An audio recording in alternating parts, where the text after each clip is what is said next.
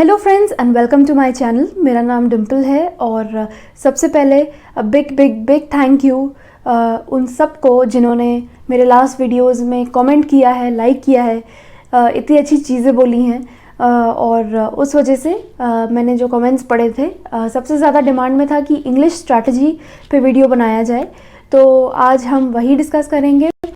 सबसे पहले अगर आप इंग्लिश में बिगिनर हैं, आपके लिए सेंटेंसेस समझना थोड़ा मुश्किल हो रहा है, तो आप एक ऐप है डुओलिंगो, इस पे हर दिन इंग्लिश प्रैक्टिस कर सकते हैं। 10 मिनट में आपको ये एक लेसन सिखा देता है और मैंने इस पे दूसरे लैंग्वेजेस ट्राई किए हैं तो मुझे वो बहुत अच्छा लगा है, क्योंकि ये बिल्कुल बेसिक लेवल से चीज़ें स्टार्ट करते हैं और सेंटेंसेस सिखाते हैं, ग्रामर भी कवर करते हैं, तो मुझे ये ऐप पर्सनली बहुत अच्छी लगती है। दूसरे स्ट्रैटेजी के वीडियोस देखे होंगे तो उन्होंने आपको रेकमेंड किया होगा कि आप न्यूज़पेपर्स पढ़िए या हिंदू एडिटोरियल्स बहुत लोग रेकमेंड करते हैं, लेकिन ये मुझे थोड़ा मिसगाइडिंग लगता है, क्योंकि अगर मैं खुद पर्सनली हर दिन एडिटोरियल पढ़ने बैठूं तो मुझे वो थोड़ा बोरिंग लगेगा और अगर कोई बिगिनर स्टेज पे है उनको वो चीज़ समझने में ही बहुत मुश्किल हो जाएगी। इसके अलावा आप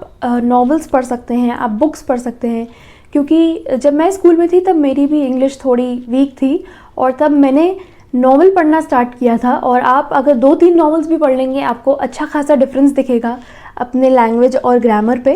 इनफैक्ट मुझे जैसे थ्रिलर और मिस्ट्री, सस्पेंस, ये सब स्टोरीज़ पसंद है, तो मैं जैसे कल ही एक नॉवेल लाई हूँ, तो मुझे लगता है कि ये ज़्यादा एंटरटेनिंग होता है, इससे मैं ज़्यादा सीखती हूँ, मुझे वोकैबुलरी के वर्ड्स भी मिल जाते हैं, तो आप ये ट्राई कर सकते हैं। इंग्लिश डिस्क्रिप्टिव के लिए तो मैंने आपको पहले वीडियो में बताया था कि आपको जो टॉपिक मिल सके हर दिन आपको एक रैंडम टॉपिक उठाना है और उस पर ऐसे राइटिंग करनी है, और फिर आपको मैंने बताया था कि इन साइट्स में से एक्चुअली आप कहीं भी अपने एसेस को चेक कर सकते हैं।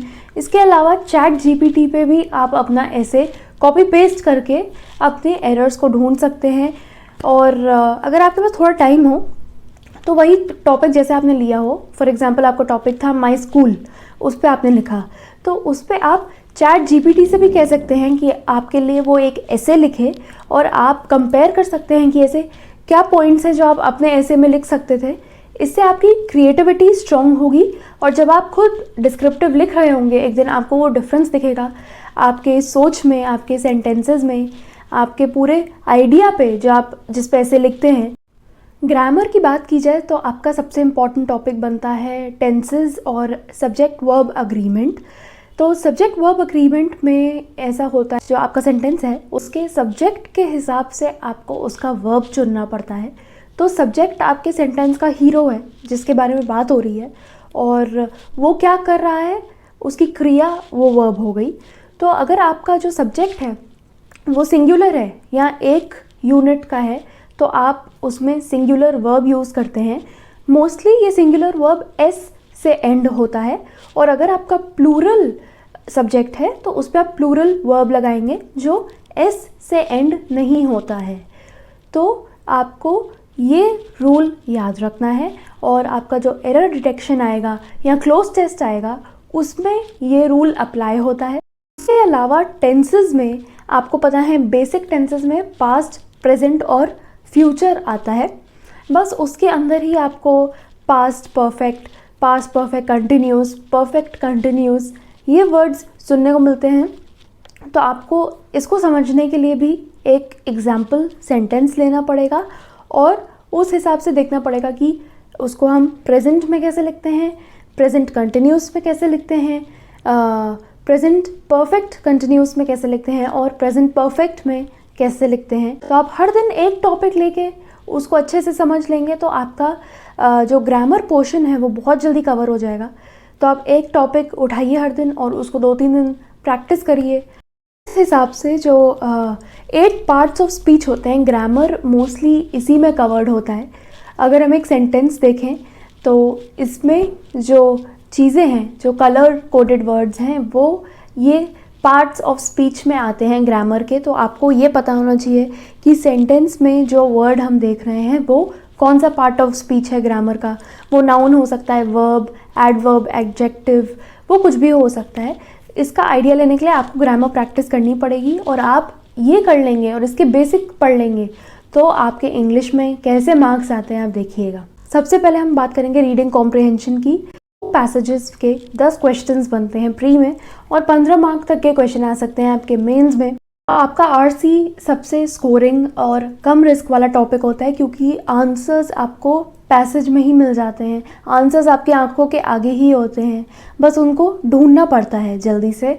तो आरसी जब आप पढ़ेंगे तो सबसे पहले आप पैसेज मत पढ़िएगा, आप उसके क्वेश्चंस देखिए। तो अगर आपको सेंटेंसेस समझ में आते हैं तो आप उसके क्वेश्चंस देखेंगे सबसे पहले, और उसका जो मेन वर्ड है क्वेश्चन का वो आप या तो अपने पेपर पे लिख लीजिएगा, या तो आपको याद ही रहेगा कि क्वेश्चन कहना क्या चाहता है, कि आपको पैसेज में क्या ढूंढना है। तो आपने 3 क्वेश्चंस पढ़ लिए जो मोस्टली डायरेक्ट क्वेश्चंस होते हैं, जिनका आंसर आपको डायरेक्टली पैसेज में मिल जाएगा। वो पढ़ने के बाद, डायरेक्ट क्वेश्चंस देखने के बाद, आप पैसेज को जल्दी जल्दी स्किम करिएगा कि वो जो मेन वर्ड था आपके क्वेश्चन में वो आपको पैसेज में कहाँ दिख रहा है, और मोस्टली जहाँ आपको वो वर्ड दिखेगा उसी सेंटेंस में या एक सेंटेंस ऊपर नीचे ही आपको उसका आंसर मिल जाएगा। तो आपको पैसेज पूरा पढ़ने नहीं बैठना है, आपको वो वर्ड ढूंढना है, और अगर आपको मिल जाता है तो आपको आंसर टिक करना है एक बार अच्छे से कंफर्म करके। फिर आपके पास इनडायरेक्ट क्वेश्चंस आएंगे जिनका पैसेज में आंसर नहीं होगा, लेकिन आपको पैसेज पढ़ के उसका आंसर देना पड़ेगा। और अगर आपको अच्छे से 100% समझ में आ गया है कि क्वेश्चन क्या कहना चाह रहा है, क्योंकि वो इनडायरेक्ट है, उसमें हम कभी कभी कंफ्यूज भी हो सकते हैं कि ये क्या क्वेश्चन है, तो अगर आपको वो समझ में आ जाए तब आप अच्छे से पैसेज पढ़ के उसको आंसर कर सकते हैं। फिर आएंगे एरर डिटेक्शन में। उसमें बहुत चांसेस हैं गलतियाँ करने की, और बहुत लोग उसको कभी कभी छोड़ देते हैं क्योंकि गलतियाँ ही नहीं मिलती सेंटेंस में। तो इसमें हमें क्या करना है, सबसे पहले सेंटेंस को पढ़ के देखना है कि उसमें कोई स्पेलिंग मिस्टेक तो नहीं है, जो सबसे कम होता है, लेकिन एक बार आपको पहले वो देखना है कि सारे वर्ड्स सही लिखे हैं। उसके बाद आपको एरर चेक करना है वर्ब में। आपको देखना है कि सब्जेक्ट सिंगुलर है या प्लूरल, उस हिसाब से उसका वर्ब लगता है। जैसे कि सिंगुलर के साथ आपका इज़, हैज़, वॉज, डज़, ये सब वर्ड्स यूज़ होते हैं। और अगर आपका प्लूरल आ जाए इसकी जगह तो आर, हैव, वर, ये वर्ड्स यूज़ होते हैं। उसके बाद जैसे हमने बात की थी टेंसेस की, तो आपको देखना है कि टेंसेस में कोई एरर तो नहीं है। फिर अगर आपके सेंटेंस में फॉर और सिंस यूज़ हो रहा है, आपको वहाँ चेक करना है, क्योंकि कभी कभी ये लोग ऐसे करते हैं कि फॉर की जगह सिंस यूज़ हो जाता है, सिंस की जगह फॉर। आपको कहीं कहीं पे वर्ड स्वैप की एरर मिल जाएगी, जैसे कि देयर और देयर में, और हुम में भी डिफरेंस आपको मिलेगा। ये मैंने शॉर्ट्स में भी इसका डाला था कि ये डिफरेंस कैसे हमको देखना है। और देन और दैन में भी ये लोग कभी कभी एरर दे देते हैं ऐसे। उसके बाद आपको आपके आर्टिकल्स पता होना चाहिए कि 3 आर्टिकल्स होते हैं, अ, एन और द। अ नॉन स्पेसिफिक चीज़ों के लिए यूज़ होता है, द किसी स्पेसिफिक चीज़ को बताने के लिए यूज़ होता है, एक पर्टिकुलर चीज़ को, और एन आपका वावल से पहले यूज़ होता है। और कभी कभी अगर वावल की साउंड आ रही हो उससे पहले भी एन यूज़ होता है, भले ही वो वर्ड आपका AEIOU से ना स्टार्ट होता हो। ये सब बहुत हैं, आपको इन्हीं सब चीज़ों के आसपास अपना एरर मिलेगा, जिस हिसाब से आपको अपना एरर डिटेक्शन करना है। और इतना ग्रामर काफ़ी है, इसी के आसपास आपको अपने सेंटेंस में एरर मिलेगा। तो अगर आपके बेसिक्स स्ट्रॉन्ग हैं आप एरर अच्छे से ढूंढ पाएंगे। नेक्स्ट आता है पैराजम्बल्स। इसके कुछ टिप्स होते हैं जिससे हम चेक कर सकते हैं कि कौन सा सेंटेंस पहले आता है। तो इसमें सबसे पहले आपको क्या करना होता है, आपका फर्स्ट और लास्ट सेंटेंस आपको ढूंढना पड़ता है, और ये आपको अगर ना मिले तो फिर आप पेयर सेंटेंसेस ढूंढ सकते हैं। पेयर सेंटेंसेस ऐसे होते हैं जो हमको 2 सेंटेंस एक साथ मिल जाता है, क्योंकि या तो उनके बीच में कोई कनेक्शन होता है। जैसे कि एक सेंटेंस होगा जिसमें आपको नाउन देखने को मिलेगा, और दूसरे सेंटेंस में आपको पता होगा कि उसी नाउन के बारे में बात हो रही है लेकिन प्रोनाउन में बात हो रही है।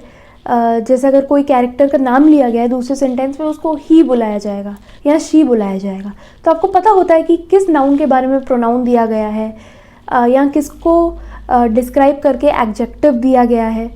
या तो आपके सेंटेंसेस मोस्टली, जैसे हमने कंजंक्शन की बात की, 2 सेंटेंसेस को जोड़ने का काम करता है कंजंक्शन। तो आपको कहीं भी एंड, बट ऐसे सेंटेंसेस दिख जाए। बट से आपको ये देखना है कि आपको एक सेंटेंस किसी बारे में बात करता हुआ मिलेगा और जिस सेंटेंस पे बट लिखा होगा वो उसके बिल्कुल ऑपोजिट चीज़ के बारे में बात कर रहा होगा, जैसे इस एग्जाम्पल में है। तो ये आपका पेयर सेंटेंस बन जाता है और इसी के आसपास आपको बाकी 3 सेंटेंसेस को प्लेस करना पड़ता है। तो पैरा जंबल्स में आप जितना हो सके प्रैक्टिस करिए, उसी से आपका पैरा जंबल अच्छा होगा। उसके लिए कोई ज़्यादा टिप्स एंड ट्रिक्स नहीं है। आपको सेंटेंसेस ही पढ़ने पड़ेंगे उसको जानने के लिए, और अगर आप रीडिंग कर रहे हैं तो आपके लिए ये ज़्यादा आसान होगा। इसलिए मैं सजेस्ट करती हूँ कि आप अपने मनपसंद नॉवेल्स पढ़ें और उससे आपको एक सेंटेंस स्ट्रक्चर का आइडिया लगेगा। आपका जो 4th टॉपिक आता है क्लोज टेस्ट, ये भी मुझे एक्चुअली बहुत स्कोरिंग टॉपिक लगता है, क्योंकि इसमें आपका एलिमिनेशन मेथड काम कर जाता है। ऑप्शंस में आपको अगर कोई वर्ड पूछा जा रहा है तो कंफ्यूज करने के लिए सेम वर्ड्स लेकिन दूसरे मीनिंग्स के साथ ऑप्शंस में डाल दिए जाते हैं, जैसे यहाँ पे किया गया है। तो अगर इसमें आपकी वोकैबुलरी अच्छी है, बेसिक लेवल की भी, तो आप इसको सॉल्व कर पाएंगे। तो जो बाकी टॉपिक्स आपके बच रहे हैं, जैसे कि वर्ड स्वैप, एंटोनिम्स और सिनोनिम्स स्ट्रॉन्ग होने चाहिए, क्योंकि आपसे पूछा जाता है इस वर्ड जैसा दूसरा वर्ड चुनिए जो रिप्लेस किया जा सकता है, या इस वर्ड के ऑपोजिट का वर्ड चुनिए। तो ये सब आपको वोकैबुलरी अच्छी करके ही मिल सकता है। इसके लिए भी कुछ नया नहीं है। अगर आपका ग्रामर और आपका रीडिंग पावर स्ट्रॉन्ग होगा तो आप वो भी अच्छे से अटेम्प्ट कर पाएंगे। और इस सब से एडिशनल में आपके ईडियम्स कवर होते हैं, उसके भी हर दिन आप जितने पढ़ पाए नई चीज़ें वो पढ़िएगा, ईडियम्स एंड प्रोवर्ब्स के। और आपका मोस्टली इंग्लिश में इतना ही ज़रूरी है, इससे ज़्यादा कुछ नहीं, सिवाय सिर्फ प्रैक्टिस प्रैक्टिस प्रैक्टिस के। जो आपके चैप्टर्स वीक हैं, आप देखिए आप कहाँ गलती कर रहे हैं और ग्रामर के कौन से पार्ट ऑफ स्पीच में गलती कर रहे हैं, और उसके बेसिक्स आप पढ़िए और उसके अलग से क्वेश्चंस लगाइए। Thank you so much for watching. अगर कोई एडिशनल डाउट हो तो कमेंट करिएगा, जितना हो सके मैं रिप्लाई ज़रूर करूँगी। Thank you.